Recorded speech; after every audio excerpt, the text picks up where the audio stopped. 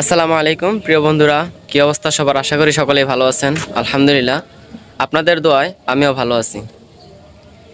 বর্তমানে এই যুগে হঠাৎ করেই কেন আপনারা শখের বেডির উপরে আসক্ত হইতেছেন কিছুই বুঝতেছি না। এই বর্তমানে জেনারেশনে শুধুই এফবি অনলাইন জগতে ঢুকলেই শখের বেডি।